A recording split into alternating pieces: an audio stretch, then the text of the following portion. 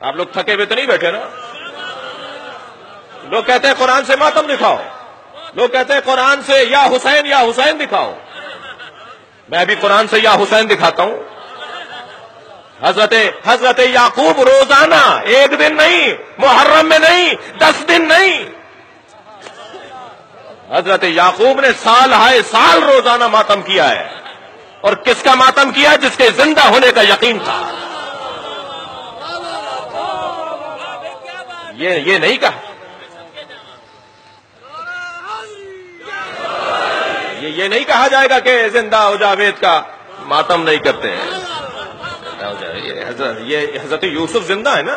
حضرت یعقوب کیا کہہ رہے ہیں؟ حضرت یعقوب روزانہ ایک ہاتھ زانو پر مارتے تھے، ایک ہاتھ سینے پر مارتے تھے، ایک ہاتھ سر پر مارتے تھے، اور سر پر، زانو پر اور سینے پر ہاتھ مارتے ہوئے کہتے تھے یا صفا علی یوسفا، جسے آپ یا حسین بولتے ہیں.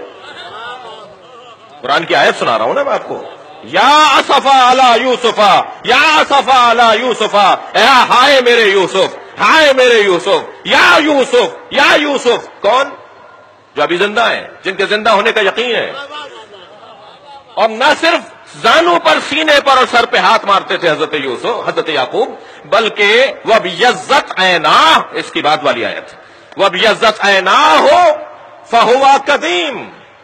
اور اتنا روتے تھے ماتم کرتے ہوئے کہ رو رو کے حضرت یعقوب کی آنکھیں سفید ہو گئیں. اور قرآن کیا کہہ رہا ہے؟ فَهُوَ قَدِيمٌ. اور یعقوب صرف کاظم نہیں تھے، قزیم تھے. اور فرمائیں گے بھائی تھوڑی دقت بڑھائیے اپنی جی. ایک ہوتا ہے صابر، ایک ہوتا ہے صابر، ایک ہوتا ہے کاظم. صابر اور کاظم میں فرق ہے. کاظم برداشت کرنے والے کو کہتے ہیں، اور کاظم میں بھی انتہائی برداشت جب آ جائے تو اسے قزیم کہتے ہیں.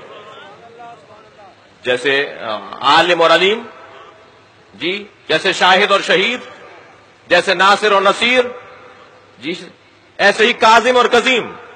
کاظم اسے کہتے ہیں کہ جو انتہائی برداشت رکھتا ہو. اب یہاں رو رہے ہیں، ماتم کر رہے ہیں، سینے پہ ہاتھ مار رہے ہیں حضرت یعقوب. قرآن کہہ رہا ہے کہ یہ سب سے زیادہ برداشت رکھتے تھے. یہ کیا مطلب ہے اس کا؟ ذرا آپ کی توجہ چاہوں گا. یہ کیا کہہ رہا ہے اللہ؟ کیا بتانا چاہ رہا ہے؟ کیا مطلب ہے اس آیہ کریمہ کا کہ حضرت یعقوب سینے پہ، زانو پہ، سر پہ ہاتھ مارتے ہوئے یا صفا علی یوسفا، یا صفا علی یوسفا کا نوحہ بلند کرتے تھے اور آنکھوں سے آنسو گراتے تھے، اور اتنے آنسو بہائے کہ آنکھیں سفید پڑ گئیں. اور قرآن کہہ رہا ہے فہو قدیم، اور یہ بہت زیادہ برداشت کرنے والے تھے. صرف ایک ہی بات تو سامنے آتی ہے، صفحہ تاریخ کو پلٹ کر دیکھیے. جنہوں نے یعقوب کے بیٹے حضرت یوسف کو کنویں میں ڈالا تھا وہ سامنے نظر آ رہے ہوتے تھے، تب بھی ماتم کرتے تھے اور برداشت کرتے تھے. بھائی غور کریں، بہت واضح پیغام ہے قرآن مجید کا کہ عزاداروں کو کیسے زندگی گزارنی ہے. خبردار خبردار، جنہوں نے اہل بیت پہ ظلم کیا وہ سامنے آ جائیں یا ان کے چاہنے والے سامنے آ جائیں، تم اپنے ماتم سے ہاتھ نہ اٹھانا. برداشت کرو، ان سے ملاقاتیں کرو، ان سے دوستیاں رکھو، ان سے آنا جانا رکھو، ان کے ساتھ کھاؤ پیو. بھائی اور کتنا پیغام واضح ہوگا؟ قرآن ہمارے لیے رہنما ہے یا نہیں ہے؟ قرآن کہہ رہا ہے کہ یہ ماتم بھی کرتے تھے، روتے بھی تھے، فہو قدیم، اور برداشت بھی کرتے تھے. کس بات کو برداشت کرتے تھے؟ ان بیٹوں کو روزانہ دیکھتے تھے جنہوں نے حضرت یوسف کو کنویں میں ڈالا تھا، مگر اپنے بیٹوں کو اپنے گھر سے نہیں نکالا.